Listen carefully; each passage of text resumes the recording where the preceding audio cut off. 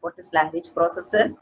So you need one processor which will take your instructions in one language, no, that should be converted into the instructions which can be understood by the machine, right? So a translators will get the input source program and then it will convert into object program or target program. You have used C in Turbo C, right? Or did you use only ELAB? C lab you have done in ELAB only, right? Did you try with Turbo C? Yes, ma'am. In Turbo C also we did, ma'am. Okay. So when you write your program, when you type your program in a text editor, what is the next step you did? After completing typing all the complete program, what will you do to execute it? Compile the code. Yeah, compile the code, right? So you use if you are using Turbo C, you are using Alt F9 to compile the code, right? After doing that compilation, you may get some errors, right? In case if you have some errors in your program, you will get it. You might have read the word lexical error or a syntax error like that. All these things you will study in this compiler. That are all the jobs of compiler, which will go through all the instructions in your program and see if there is any error. And based on the phases in which place you get the error, it will denote that error. If it is occurring in the first phase, lexical phase, then it will mention that as lexical error. If it is occurring in the syntax analyzer second phase means, then it will give it as syntax error. Right? Once if you read the error and if you read all these error statements and if you create, if you correct all the statements, then you will get one object code. Did anyone check that file, the folder where you have your C programming file?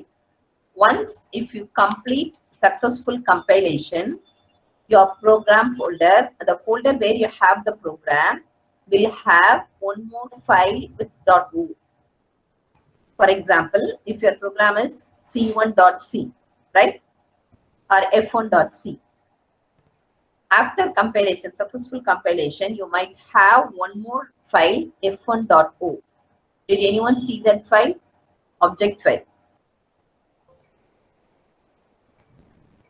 Okay, here afterwards you try it. If you check the folder, you might have one more object program file with extension .o, right? And now that object program is ready for execution, then you can use, after compilations, you can go for running, right? Execution, right? So control F9 you have given, so that time you will get it done, right? You can execute the program and you will get the output. Okay. So the first translator what we have used is assembler, that takes assembly program and then it will convert it to object program, right? So normally when you are doing this process conversion, you need some cousins for compilers, right? Or cousins for these translators. Normally the cousins of compilers are preprocessor, assembler and linker and loader. Let me tell you what is the use of each and every one. Sometimes if you are using macros in your program, so you have used hash define, hash include, io.h and all you have used, no? So what is the use of hash include and all? Why are you using these statements, hash include, hash define?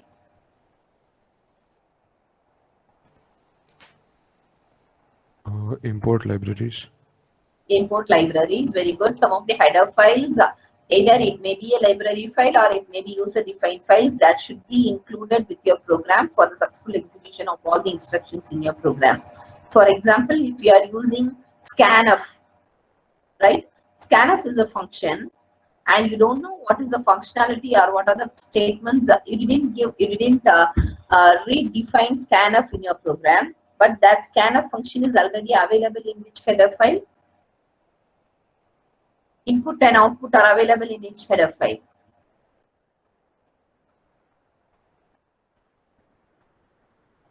stdio.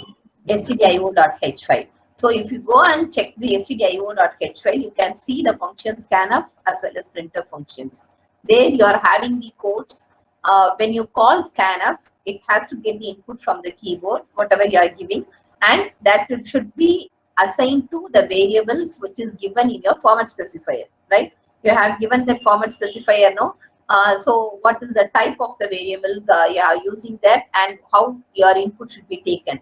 Whether the input should be taken in a form of a percentage D means it should taken it as an integer, percentage F means it should take it as a float and all, no? So that things will be taken care by this scanf functions, right? So this is available in your stdio.h file. So we have to link that stdio.h file with your program. That linking process should be done. So that hash include is a construct that is in a form of a macro construct, right? So similarly, you are having hash define. Some of the variables you want to have it as a constant variable, and that should not change the contents present in that variable, right? For that, you might use the hash define. And similarly, you can use macros. Macros are nothing but, in case instead of writing functions, you can write macros. And whenever you're compiling the program, first of all, the macros will be replaced in the place wherever you are having macro calls. Okay, you will have some set of statements in the macro definitions in the top of your program before main, and in the main, if you call that macro instructions that we're using macro call macro function name, this is similar to function name only, right?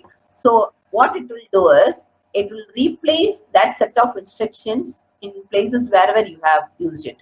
This is just like inline program. You might have studied inline program, right? That's the difference between using functions, normal functions, and inline functions. Inline functions will replace the codes, but the normal functions, whenever you are calling that, the control will go to the particular function and execute that instructions, and once again come back to main program. Okay, so there is a difference between these two. The same way, the same as inline function, this macro calls will also help you to replace the codes wherever you call that function, right? So for that, we are using this preprocessor. Once all these conversions, a replacement of text is done, next you have to go for compiler. That compiler will convert into, most of the time it is converting your program into assembly language only, and then it is using assembler code to convert into object program. And here the object program, here it is taken it as target area machine code, right? That is in the forms of bits and bytes. Now here again we have to note down, if I am running this code, I have to use address, no? Which address I have saved the first variable, which I have used the second variable and all, right? So if I give fixed address, and if I save the program in some other places, I have to go and fetch all these things. Or in case if I want to move the program from one place, main memory, to the secondary memory, or from the secondary memory, if I want to get back it again, I have to change all the instructions, and as well as I have to change the address of all the variables. That's why whenever it's converting into assembly machine code, or how it will convert is, it is converting into a form of relocatable machine code. That means the first instruction starts from the address 0.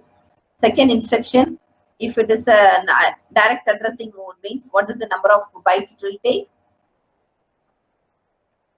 Computer architecture you have studied, no? In case of register addressing modes, how many bytes it will take? Based on your operands, right? So based on the instructions, the number of bytes is varying. So 0, if it takes 4 bytes, means next it will go for 4th address, next 8th address, like that you will write that machine code. And then whenever you are moving your program into main memory for execution, these loaders and linkers will help you to adjust that address with respect to the address where you have saved now. Okay, so hope you have studied the use of linker and loaders in operating system.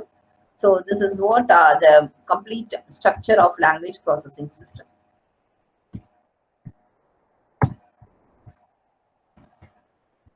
Right. So preprocessor will help you to do macro processing, file inclusion, hash include, rational processor. Sometimes some of the older language constructs are used, but in the modern editors, it may not accept it. So that will be adjusted by this rational preprocessor. And then if you are having additional capabilities in your current system, or then it will help you to extend that.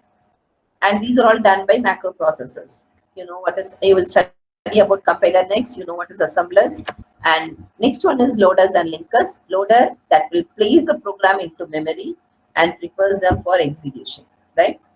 So in the assembler part, the output of assembler is relocatable machine code. The first instruction starts from the address 0, and the successive instructions are taking the position based on the size of the instructions, right? And the linker and loader will take the job when it is moving that relocatable machine code into the memory for execution. It will adjust the memory based on that. Okay. So compiler is doing this one. Next, what is interpretation? Have you used interpreter anywhere? This is also one more language processor.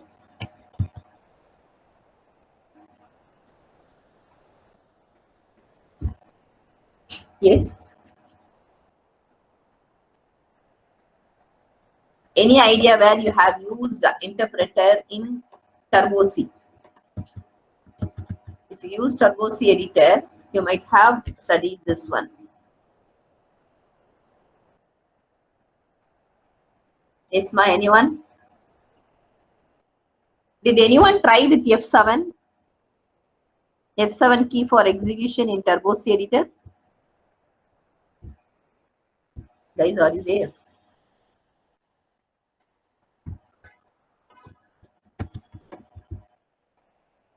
Yes, ma'am.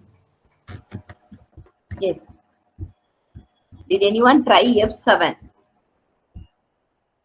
F7 key for execution in Turbo C. Yes, ma'am. Yeah. What is the difference between F7 and the one when you are using this Alt F9? Ma'am, one will make it as the executable, other will just compile it, ma'am. The first one, F7, will make it executable one. Actually, what happened is it will not create a compiled object code for the whole programs. It will just make it as a, it will read the instructions and it will do execution then and there. Okay. So here we are taking interpreter is nothing but it will not create an object code. So it will do execution line by line. That's all. Okay. So here we are taking the interpretation is, it is machine independent one. We can use interpreter irrespective of machines wherever you are compiling or wherever you are running your program, right?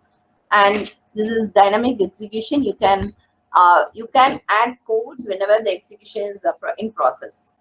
And next one is the type of object you are using, and dynamic data types you can use it.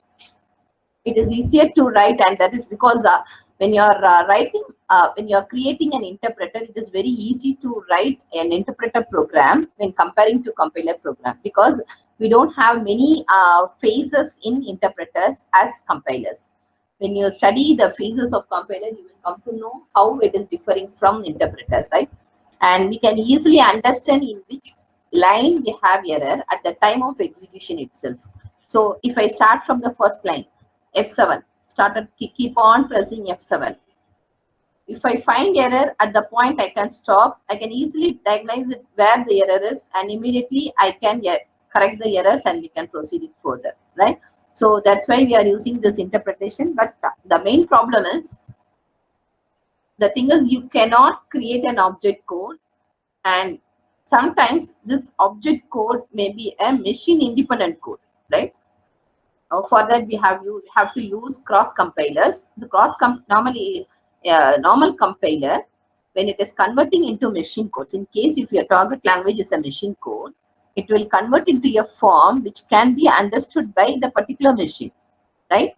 If you take the .o file to some other system, and if you execute it, it won't execute, because if the architecture is varying from one system to another system, if one is using 64-bit OS and another one is using 32-bit OS, means that time your object code will not be executed in the next system.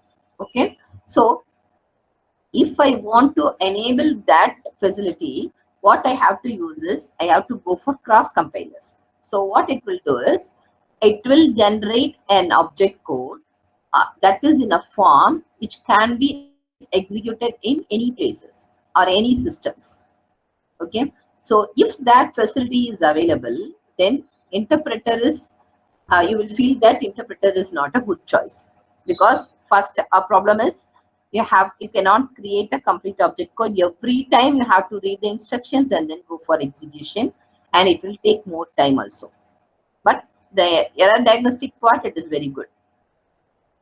Okay, and next question you may have, as I told you, when you are compiling, you are generating a machine code which can be executed in that machine only.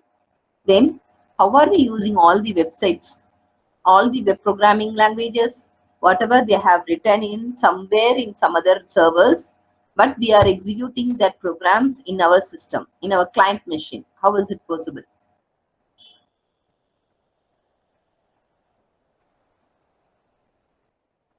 Yes.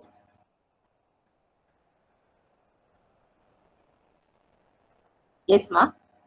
Are we using interpreter in all these websites?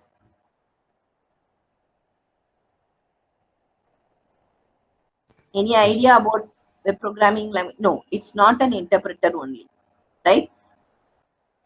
There we are using, just if you take Java, Java is getting that much popularity because of this problem, right? What are the problems we are facing in C and C program, C++? Is we are using compiler which will generate object program which can be executed in the machine where you are creating this object program, right? But when you are going for Java programming language, there you are using both the compilation and interpretation, right? So the translator will convert into intermediate program, not as a pure object code, right? It will generate one intermediate program, and in your client machine you will be having a virtual machine. Next question will come. I didn't install virtual machine in my system wherever I am having, right? Automatically the server will, if you use Java programming language, you might have studied this one. There is a Java virtual machine client machine, that is like a remote OS, right? So you have to install that virtual machine so that you are having Java compiler will be there, as well as Java interpreter will be there. So they both will help you to convert your intermediate program into a machine language which can be understood by your client machine, right? Okay, so here we are using this compiler Java C. That Java C is normally known as Justin compilers. So this is having the facility of both the compilation as well as interpretation, right? So that's why we are using Java and all the versions, JSP and all, we are using it. Why? Because of having this portability, right? But in C compiler we don't have that portability. We have to go for some cross compilers for that. That is an additional features we can embed, but it won't work for all the operating systems. That's a problem here. Hope you can understand the architecture of 64-bit OS, or if you are taking 32-bit OS or 64-bit OS, nowadays we are coming with different processors. So one processor may differ from another processor, but if the architecture itself is different, even if you are taking some of these softwares, it may work well in Windows, but it may not work with Linux, right? So if you take Word, Microsoft Word, it may work well in Windows, but it will not work for Linux operating system. So why? Because their compatibility is important, right? Whenever they are taking it to an executable form, they are writing code in a form which could be understood by Windows machine. That is, we don't have that portability, right? So for that, we have to go for some other software like StarOffice to be used in Linux operating system. So, but when you are taking the Java programming language, it's portable one, you can use in any of the OS.